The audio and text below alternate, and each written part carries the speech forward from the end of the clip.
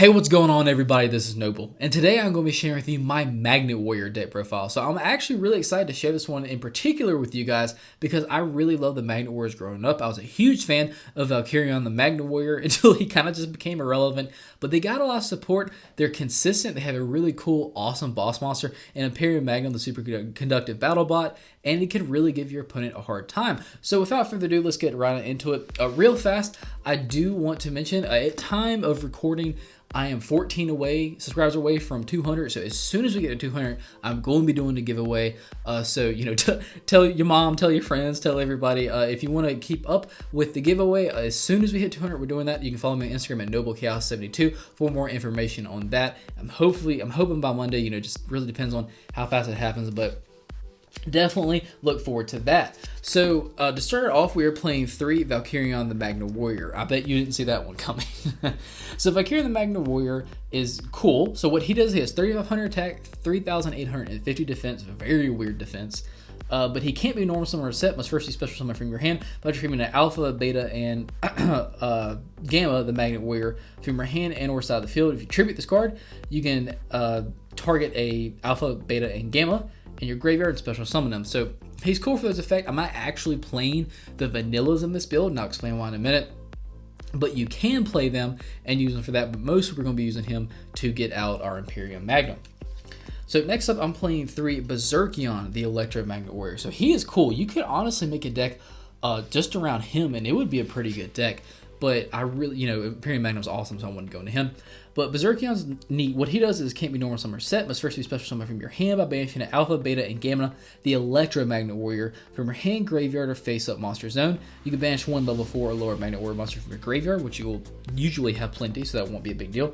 And then you can target 1 card your opponent controls and destroy it. So it pops, doesn't have to be a face-up monster or something like that. It's any card, and that's really cool.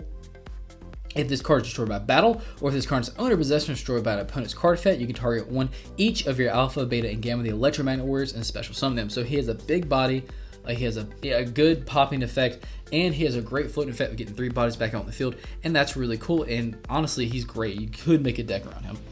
So next up, I'm playing 3 Alpha, the Electromagnet Warrior. So he is my favorite one personally because he searches out these guys. What he does with this card is normal or special summon. You can add 1 level 8 Magnet Warrior monster from your deck to your hand.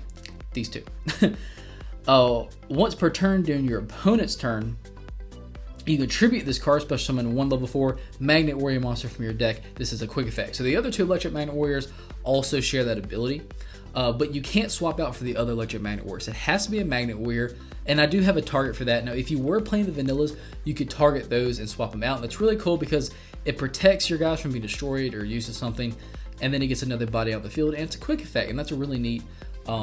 But I'm not playing the vanillas in this one, and we'll talk a little bit more about that in a minute.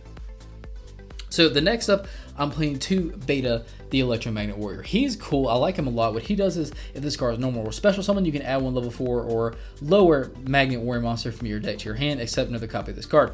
You only use the effect once per turn, and then same thing, he can tag out as a quick effect during our opponent's turn as well. Of course, the water fountain comes on. I ain't heard it all day. As soon as I start recording, it comes on. That's always how it goes.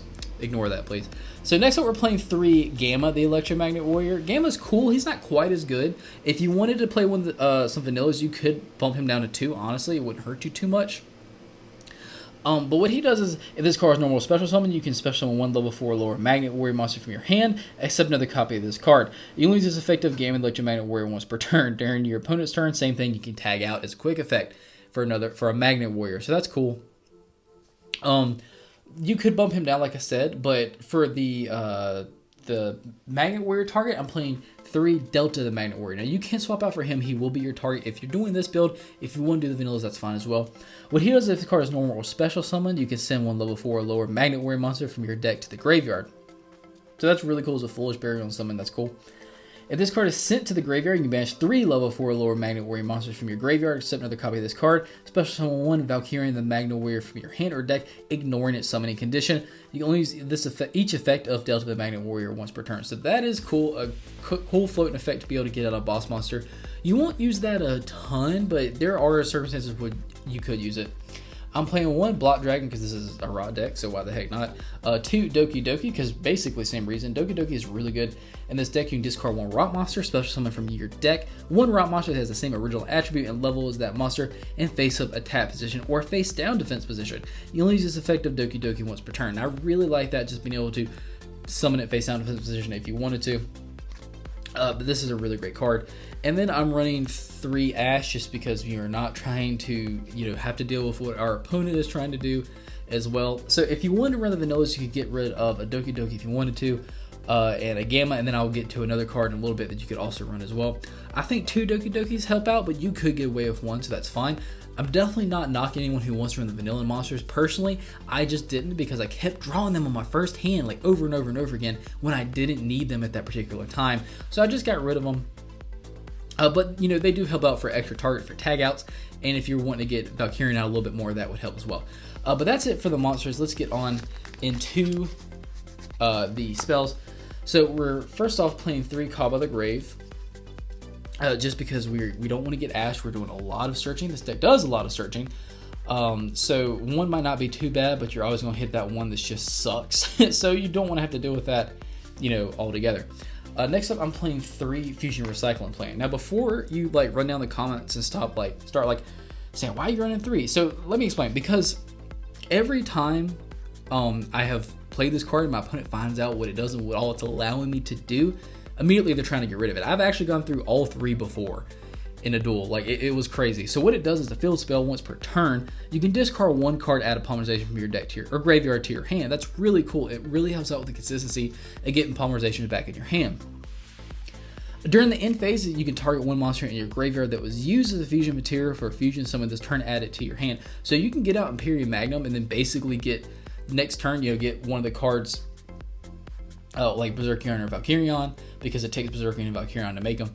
You can add one of those back, and then potentially you can have a recipe for a second Imperium Magnum the next turn. And if you get 2 of those boys out in the field, your opponent might as well forfeit. That's a really crazy board, or honestly, it's really good. So that's why I'm playing 3. You could bump this one down to 2, and that would be fine. But I like it at 3, and just because I'm trying to see more of it, I'm playing a Terraforming as well. I'm playing 3 Polymerization. The 3 Polymerization are really important in this deck because you are just trying to get Imperium Magnum as fast as you can, because if you open with him, it is going to give your opponent a really hard time, and you're wanting to say Polymerization as fast as you can. And because of that, I'm also playing Fusion Sage. Now, you can bump Fusion Sage, you can just get rid of it. If you want to run a vanilla, that'd be totally fine as well. If you think that's too many, because Fusion Recycling does also search out Polymerization, but honestly, there's been a lot of times where I haven't gotten any Fusion Recycling, but I had all the recipes except for Polymerization, but I had a Fusion Sage, so I was super happy I was able to search it directly without any cost or anything, and that's really cool. But you could stand to lose that one if you wanted to. So for the next 2, I am playing 2 Magnet Reverse. Now, Magnet Reverse really helps out because what it does is a quick play spell. You target 1 machine or rock monster that is banished or is in your graveyard that cannot be normal summoned or set, and you special summon it. So that's really cool. It's an easy way to get out Valkyrian or Berserkion. But, and I do want to stress this, first, the summoning, so you can do that, but you have to make sure that the summoning requirement is met first. You can't just cheat it out from the graveyard. If you haven't summoned these guys and you just use them as the polymerization target, you can't just cheat them out like that. You have to first meet their special summoning requirement. And for that reason, I'm only playing it 2, because it might get a little bit useless if you haven't summoned these guys at all. Berserkion, you'll probably summon more. But if you haven't used them at all, Magnet Reverse isn't that helpful, but it can be very helpful. So I do like running it at 2. But just experiment with it, and let me know what you find to be helpful. 1, 2, or maybe even 3. So I'm running 1 Foolish Burial, and the last one just 1 Magnetic Field. Magnetic Field is really cool. I'm only running 1 because I'm trying to focus more on the Fusion Recycling plants and the polymerizations. But what Magnetic Field does is another field spell. If you control a level 4 or lower Earth Rock type monster, you can target 1 level 4 or lower Magnet Warrior monster in your graveyard and special summon it. You use this effect once per turn. Also, once per turn, at the end of the damage step, when an Earth Rock type monster you control was battled, an opponent's monster, but the opponent's monster was not destroyed by that battle, you can return that opponent's monster to the hand. So it kind of has like a Neospatial and Grand Mole effect. Neospatial and Grand Mole does it at the beginning of the damage step. This one does it at the end, but it's all kind of still the same because it's really good for getting problematic monsters off the field because it doesn't target, doesn't destroy. So that is really cool. So if you want to run more of this, you want to run rid of the Fusion Sage or a Magnet Reverse or something like that, you could do that, and that'd be totally fine because this is a really helpful card. So that's it for the spells.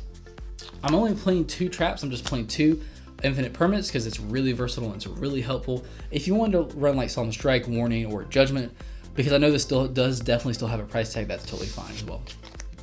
So that is it for the main deck. Let's get into the extra deck. I've talked about him a lot, and here he is on his red carpet reveal. Imperium Magnum, the Superconductive Battle Bot. I love that name. I love everything about this card. I absolutely love it. So he has 4,000 attack, 4,000 defense. He must be fusion summoned with Valkyrian the Magna Warrior and Berserkion the Electro Magna Warrior, and cannot be special summoned by other ways. Once per turn during either player's turn, when your opponent activates a spell, trap card, or a monster effect, you can negate the activation and destroy that card. So I'm going to negate, and that's really great. Really great, honestly. And if this face-up card is owner's control leaves the field because of an opponent's card effect, you can special summon both one Valkyrian the Magna Warrior and Berserkion the Electro Magna Warrior from your hand or deck, ignoring their summoning conditions. So can you see why, like, I've opened up with 2 of these guys before, and like that was just it. Like that was just in tag duels, like that was just it, because my opponents couldn't do anything. I had 2 Omni Negates on the field, 4,000 attack, 4,000 defense, and then floating effects. Like that's just so cool. When he leaves, like your opponent's probably going to use a lot of resources trying to get rid of this card, and when they do finally get rid of him, they have 2 more problems on the field because they have your 2 main deck boss monsters on the field, and Berserkion can pop, and Berserkion floats too. So it's really cool. Like he's just really good, and I really love him. Honestly, he's one of my favorites. I'm playing one Appaloosa because you can go into Appaloosa quite easily with this deck. One Brawl Sword for OTK, one Nightmare Phoenix, one Nightmare Unicorn. For the XYZs, I'm playing one number 38 Hope Harbinger, Dragon Titanic Galaxy, one Dingirsu, one Gallic Granite, because Gallic Granite is really good in this deck. What this one does is 2 level 4 monsters. You can detach 1 material from this card and activate one of these effects. You can add a rock monster from your deck to your hand, which is really cool. Or you can special summon a rock monster from your hand and face down defense position. You'll use this effect of Gallic Granite once per turn. So he's really helpful in this deck. I'm running one number 60 Duragus the Timeless. I'm not sure, because he has a lot of different effects, and he can really help out and really double the attack, and that's cool. One Daigusto, I think is how you say it, the Emerald. One Tornado Dragon, just for spell and trap removal. One Phantom Knight's Breaksword, because you can go into this one, and that's helpful. And then one Gorganic Guardian, because I've actually won with Gorganic Guardian before. Like I really thought I wasn't going to, because I wasn't able. It's just one of those bad hands that everyone has that I wasn't able to go into Imperium Magnum like at all. But I went to Gorganic Guardian and I won.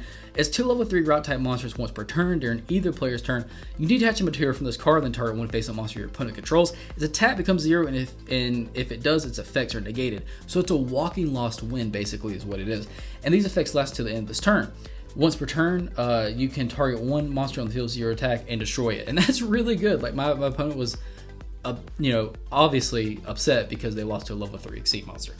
But that's it for the deck, guys. I do hope you enjoy this one. It is just a lot of fun. This is a budget deck. The Magnet Warrior monsters are definitely budget. It's just a lot of fun to play. I cannot stress this enough. I really love going into Imperium Magnum. Like every time I see the recipe for him in my hand, I just get excited.